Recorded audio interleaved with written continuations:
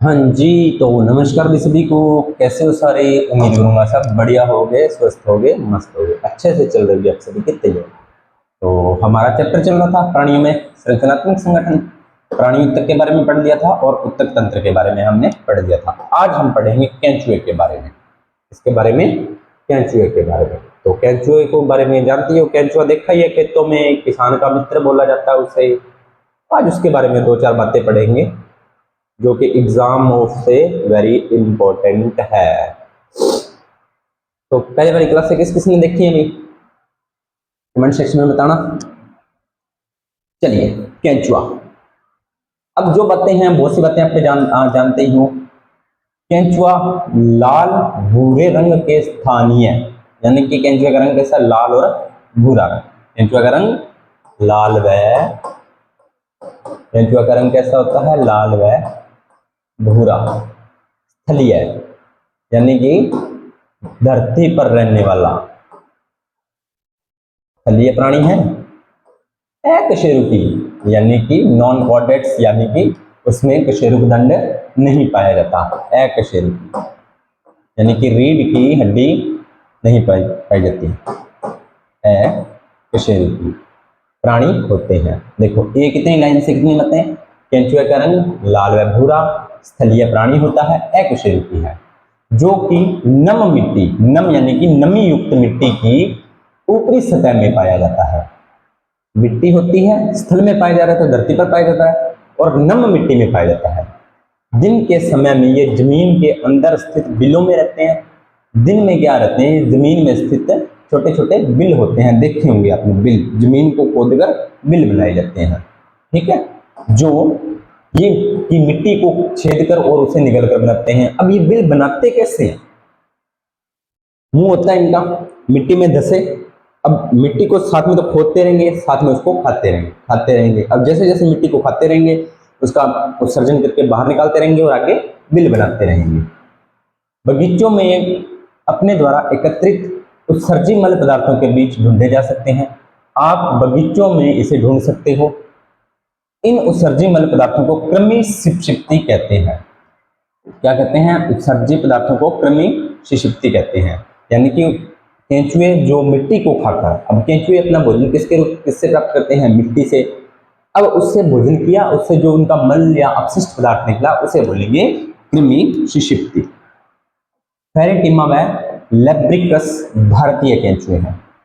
लो जी, ये आपको याद रखने। फेरेटिमा कौन कौन से? फेरेटिमा और लेब्रिकस। इसको मैं डार्क पेन से लिख देता हूं ताकि आपको याद रहे। कौन से पेन से लिखें? इससे लिख देते हैं ना, फेरेटिमा और लेब्रिकस। देखो बड़े बड़े कर दिए। ये कौन से केंचुए हैं? भारतीय केंचुए। इतनी बात आपको समझ में आ गई होगी। अब केंचुए की आप संरचना देख लो भाई। चलिए इसको मैं छोटा करता हूं, थोड़ा सा बड़ा होगा ना, बस इतना ठीक होगा। देखो केंचुए का शरीर आपको दिखाएंगे। केंचुए का शरीर, पृष्ठ भाग, अधर भाग और मुख द्वारा दर्शाए गए कशर भाग। पृष्ठ भाग यानी कि केंचुआ दिखता कैसा है आगे से, तो ऐसे।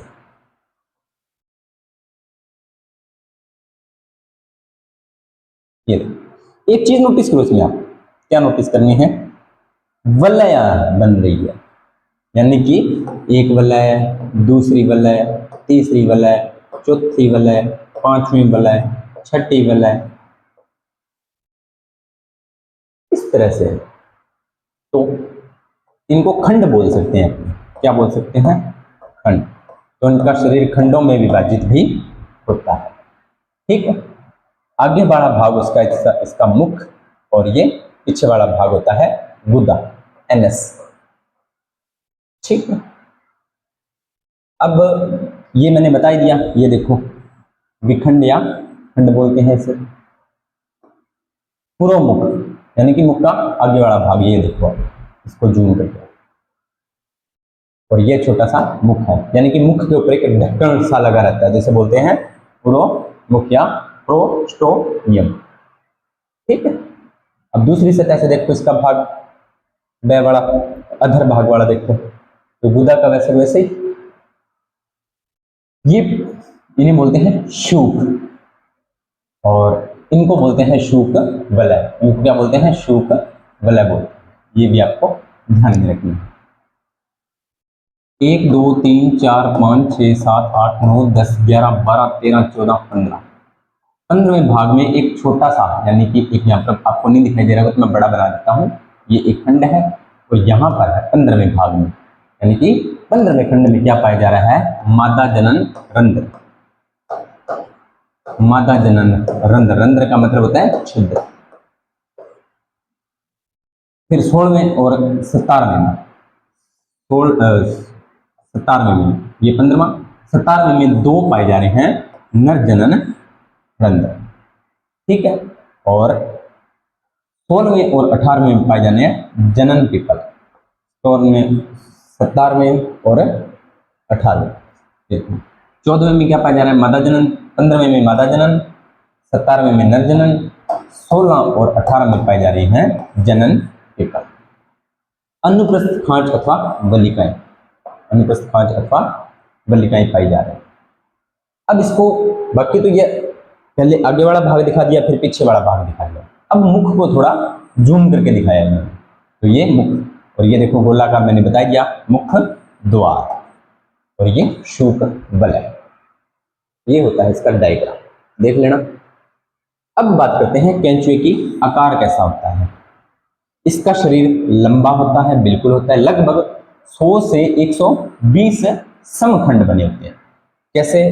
जो मैंने अभी बताया ना कि इस प्रकार वलय होती है, तो ये लगभग वलय कितनी होती है? अपने मैं 100-150 तो नहीं बना सकता, लेकिन अपने को याद रखनी है 100 से 120। ये वलय कितनी होती है? 120 होती है। पृष्ठ तल पर एक गहरी मध्य रेखा पृष्ठ रक्त वाहिका दिखाई देती है। पृष्ठ तल पर क्या होती है? एक पृष्ठ रक्त वाहिका दिखाई देती है, यानी कि आगे वाले भाग पर, और अधर तल यानी कि नीचे वाले भाग पर जनन छिद्र पाए जाते हैं। ये देखो पृष्ठ में दिखाई गई है। वापस डायग्राम पर ले जाता हूं आपको।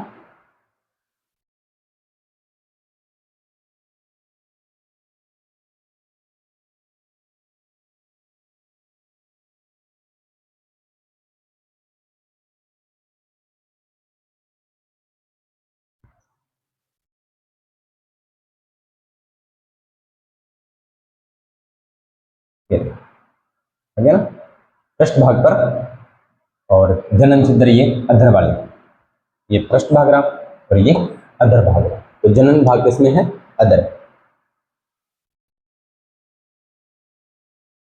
जिसकी वजह से ये पृष्ठ तल पर से विभेदित किया जा सकता है, और पृष्ठ तल से ही आप इसे विभेदित कर सकते हो।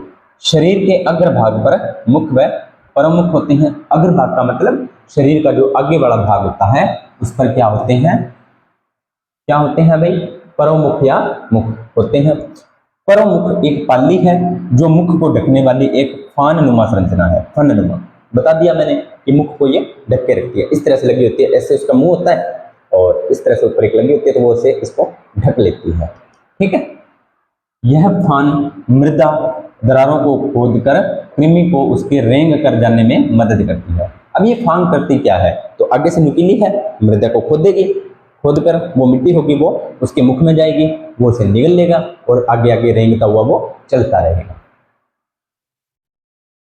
परमुख एक संवेदी संरचना है। कैसी है भाई? संवेदी।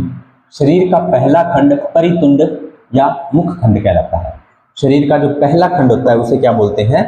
परितुंड, परितुंड कहा जाता है, ठीक है।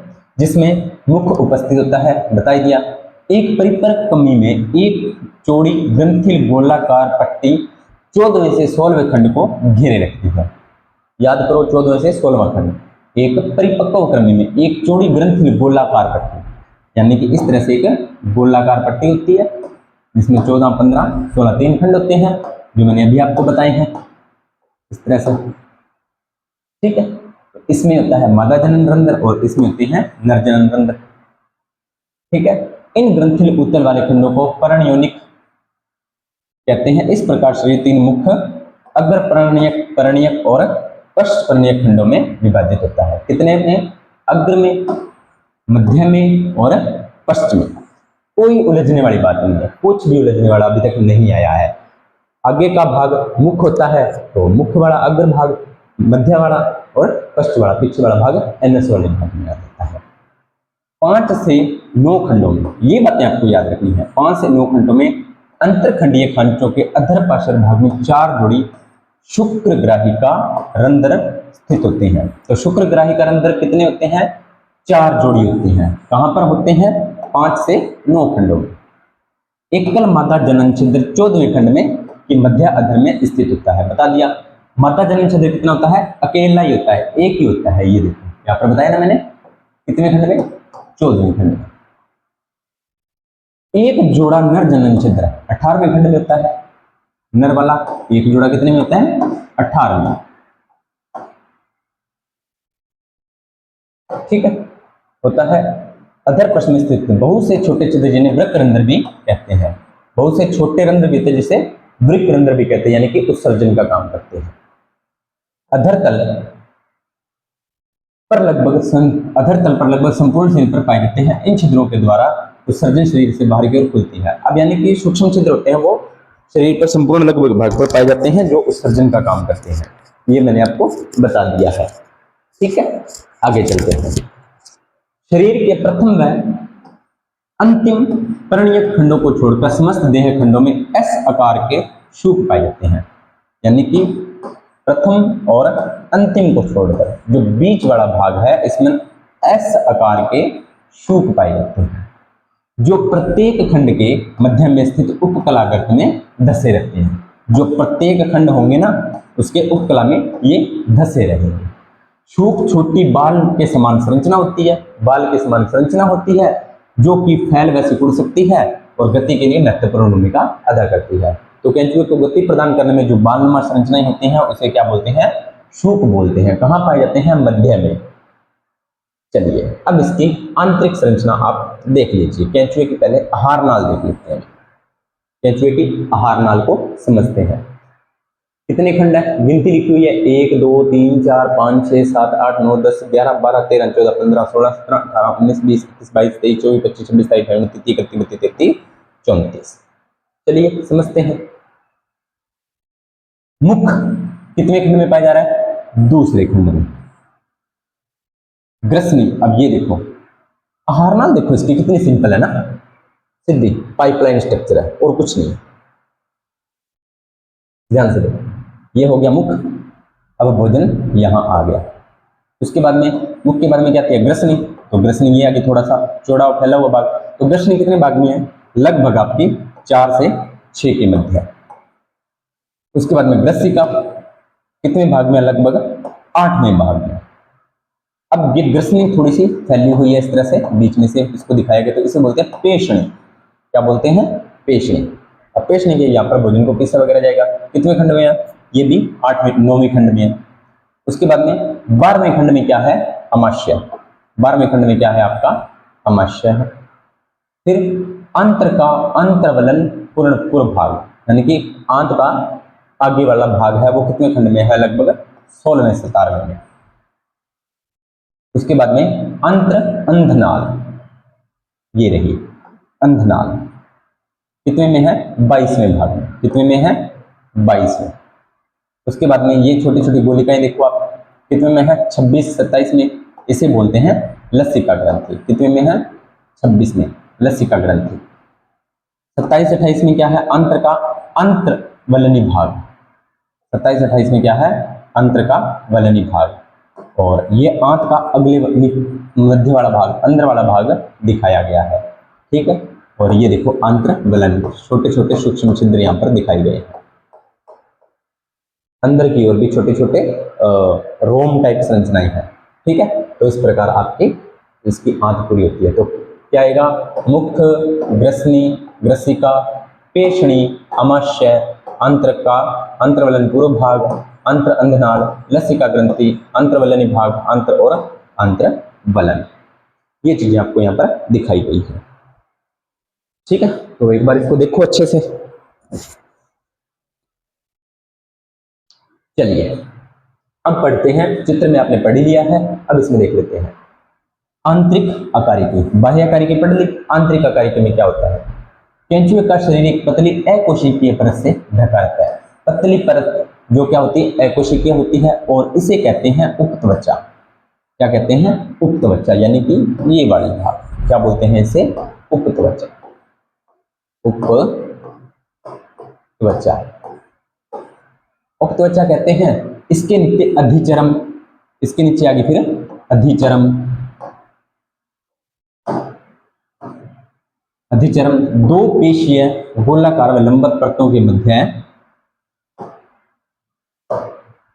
दो पेशीय गोलाकार व लंबवत परतें सबसे अंदर की ओर देह गुहा उपकला पाई जाती है। ठीक है, पेशीय देह गुहा पाई जाती है। अधिचरम स्तंभाकार उपकला कोशिकाओं की एक स्तर बनाती हुई होती है। तो बीच में ये आ जाता है, ये मेरे को चलाना नहीं आता है। चलिए, अंदर की ओर देह गुहा उपकला पाई जाती है। अधिचरम स्तंभाकार उपकला कोशिकाओं की एक स्तर की बनी हुई होती है। तो अधिचरम किसकी बनी हुई होती है? स्तंभाकार उपकला कोशिकाओं की, जिसमें अन्य प्रकार की कोशिकाएं जैसे स्त्रावी ग्रंथि कोशिकाएं भी सम्मिलित होती हैं। तो स्त्रावी ग्रंथि कोशिकाएं किसमें होती हैं? आपकी अधिचरम में। ये भी आपको ध्यान में रखनी है। आहारनाल शरीर के प्रथम से अंतिम खंड तक एक लंबी सीधी नली के रूप में उपस्थित होता है। बता दिया। प्रथम खंड में उपस्थित मुख, यह भी बता दिया। प्रथम से तृतीय खंड में फैली हुई मुख गुहा, यानी कि प्रथम में मुख, 1 से 3 में मुख गुहा जो ग्रसनी की ओर अग्रसर होती है, यानी कि आगे ग्रसनी बनाएगी। और चौथे खंड में ग्रसनी होती है। चौथे खंड में क्या है? ग्रसनी। ग्रसनी एक संकरी नलिका होती है, यानी कि संकरी, जिसे ग्रसनी एक छोटी संकरी नलिका में खुलती है। ग्रसनी खुद तो फैली हुई है, लेकिन ये आगे सिकुड़कर एक छोटी नलिका में खुलेगी, जिसे बोलेंगे ग्रसिका, जो 5वें से 7वें में, 5वें से 7वें में क्या पाई जाएगी? आपकी ग्रसिका। क्या पाई जाएगी? आपकी ग्रसिका पाई जाएगी। ठीक है, 5वें से 7वें खंड में ग्रसिका पाई जाएगी। तथा एक पेशीय पेशनी 8वें और 9वें में पाई जाएगी पेशनी। क्या पाई जाएगी? पेशनी। ठीक है,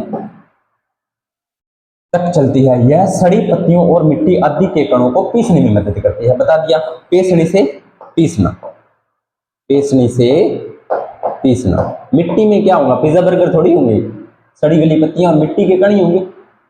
अमाशय 9वें से 14वें खंड तक में स्थित होता है। 9वें से 14वें में क्या होता है? आपका अमाशय।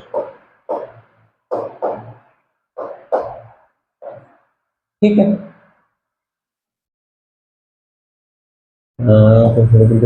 ठीक है। निश्चित कार्बनिक होते हैं। अमाशय में स्थित कैल्सिफोर ह्यूमस ग्रंथियां उपस्थित होती हैं, ह्यूमिक अम्ल को उदासीन बना देती हैं। हाँ, अमाशय 14वें से स्थित केंचुए का भोजन सड़ी गली पत्तियां और मिट्टी में उपस्थित मिश्रित कार्बनिक पदार्थ है। तो केंचुए का भोजन क्या होता है? सड़ी गली पत्तियां और मिट्टी में जो मिश्रित कार्बनिक पदार्थ होते हैं, वही उसका भोजन होते हैं। अमाशय में स्थित कैल्सिफेरस ग्रंथियां, कैल्सिफेरस ग्रंथियां किसमें होती हैं? अमाशय में, जो क्या करती हैं? हुमस में उपस्थित ह्यूमिक अम्लों को उदासीन करती है। क्या नाम है? कैल्सिफेरस। कैल्सिफेरस ग्रंथियां होती हैं, ये हुमस में उपस्थित है ह्यूमिक अम्ल। किसको? ह्यूमिक अम्ल। इसको क्या करती हैं? ह्यूमिक अम्ल को ये उदासीन करती हैं। अंत्र 15वें खंड से प्रारंभ होकर अंतिम खंड तक चलती है। आंत्र, यानी कि अब आगे वाली आंत होती है, वो 15 से अंतिम तक चलती है। 15 से अंतिम तक आपकी आंत चलती है। लंबवत नलिका के रूप में मिलती है 26वें खंड में, यानी कि अब यहां पर कोई 26वां खंड बनाओ। 26वें खंड में अंत्र से एक जोड़ी छोटी व शंकुआकार आंतरिक अंधनाल निकलती है। तो 26 खंड में क्या है? अंधनाल। क्या है? अंधनाल। ये भी आपको ध्यान में रखना है। अंत्र का विशिष्ट गुण जो 26 खंड से प्रारंभ होता है, यानी कि यहां से अब सारा खेल शुरू होगा। तथा अंतिम 23-25 खंडों को छोड़कर अंत्र का पृष्ठ में आंतरिक वलन भित्तिभंज का पाया जाता है, जिसे आंत्र वलन कहते हैं। देखो, अंत्र का विशिष्ट गुण जो 26 खंड से प्रारंभ होता है तथा अंतिम 23 से 25 खंडों को छोड़कर, अंतिम के 23 से 25 खंड आप अंतिम वाले भी छोड़ दो, यानी कि 26 से लेकर यहां तक की जो बीच की कहानी है वो छोड़कर अंत पृष्ठ में आंतरिक वलन। अब यहाँ पर क्या पाए जाते हैं? आंतरिक वलन पाए जाते हैं। क्या पाए जाते हैं? 26 के बाद और पीछे से 23 से 25 पर आंतरिक भित्तिभंज पाया जाता है, जिसे आंत्र वलन कहते हैं। यह वलन अंत्र में अवशोषण प्रभावी क्षेत्र में वृद्धि करता है। क्या करता है? अवशोषण करता है। अवशोषण अवशोषण करता है। आहार नाल शरीर के अंतिम खंड पर एक छोटे छिद्र के रूप में खुलती है, जिसे गुदा कहते हैं। अंतिम छिद्र पर क्या होता है? गुदा। ठीक है। केंचुआ कार्बनिक पदार्थों से भरपूर मृदा को भोजन के रूप में निकलता है। आहार से गुजरते समय पाचक रस एंजाइमों का स्राव होता है, जो कि पाचक पदार्थों के साथ घुल मिल जाता है। ये एंजाइम जटिल भोज्य कणों को सूक्ष्म अवशोषण योग्य कण में बदलते हैं। ये सरल अणु आहार नाल झिल्ली द्वारा अवशोषित करके उपयोग में लाए जाते हैं। बस इतनी, कुछ भी नहीं था इसमें, बहुत इजी था। ठीक है, तो एक बार फिर देख लेते हैं फटाफट। क्या था? पहले में मुख 1 से 3 मुख गुहा, 4 में ग्रसनी, 5 से 7 ग्रसिका, 8 से 9 पेशनी जो पीसने का काम करती है, 9 से 14 अमाशय, कैल्सिफेरस ग्रंथियां पाई जाती हैं, भूमि कमल को उदासीन करती है। 15 से अंतिम तक क्या चलती है? आहा का 15 से आगे इसका मुख्य भाग होता है, जिसे 26 में पाई जाती है अंधनाल। 23 से 25 पीछे छोड़कर आगे का आंतरिक वलय पाए जाते हैं, जो अवशोषण का काम करते हैं, और अंतिम में पाई जाती है गुदा। ये है आपकी आहार नाल केंचुए का। ठीक है, केंचुए का नाम देखो, फेरेटिमा होता है। ठीक है, ये आपको ध्यान में रखना है। केंचुए का वृक्क तंत्र है, जनन तंत्र है ना। तो अपने आज आहार नाल ही पढ़ेंगे, कल अपने इसके बारे में और डिटेल से पढ़ेंगे। क्या क्या पढ़ेंगे? जनन तंत्र और सर्जन तंत्र पढ़ेंगे। चलिए, परिसंचरण तंत्र का मैं आपको डायग्राम दिखा देता हूं। ये आप डायग्राम देख लेंगे। परिसंचरण केंचुए में, ठीक है, समृद्ध परिसंचरण तंत्र। ये देखो, ये तो आगे वाला भाग है ही है, मतलब ऊपर वाला भाग। अब 1 2 3 4 यहां तक 16 तक दिखाया गया है। ठीक है, तो पृष्ठवाहिका जो रेड वाली है उसे बोलते हैं पृष्ठवाहिका, 4 से 5 के बीच में। पार्श्व हृदय कितने? ये देखो, हृदय कैसा है? छोटा सा ही है ना, ये बड़ा पूरा सिस्टम कितने है? 8 9 से 7 8 9 तक पार्श्व हृदय है। पार्श्व ग्रसिकीय हृदय, ये एक पीछे हो रहा है, ग्रसिकीय हृदय। ये कितने? 11 12 13 14 13 तक, 11 से 13 तक। 14 15 और 16 में आपका है संघाई वाहिका। ठीक है, और फिर अधर तरीका वाहिका, इधर लूप, इसी के विपरीत अधर वाहिका और पार्श्व ग्रसिकीय वाहिका। ये आपका परिसंचरण है। इसको डायग्राम बनाना, पढ़ना इसको, फिर मैं कल इसको आपको और आराम से पढ़ाऊंगा। ठीक है, आहार नाल को अच्छे से समझ में आ गया होगा। फिर भी नहीं कोई चीज समझ में आई तो मुझे बता देना, मैं कल इसको रिवाइज करवा दूंगा। ठीक है, तो उम्मीद करता हूँ आपको ये जानकारी अच्छी लगी होगी, क्लास अच्छी लगी होगी, क्योंकि मैं आपको छोटी छोटी क्लासों में करवाऊंगा ना, तो एकदम से ज़्यादा चीज़ें नहीं पढ़नी चाहिए। उम्मीद करता हूँ आपको ये जानकारी अच्छी लगी हो। अगर जानकारी अच्छी लगी हो तो वीडियो को लाइक करना, शेयर करना, कमेंट करना और चैनल को करना सब्सक्राइब। मिलते हैं नेक्स्ट वीडियो और नई टॉपिक के साथ, तब तक आप सभी का धन्यवाद।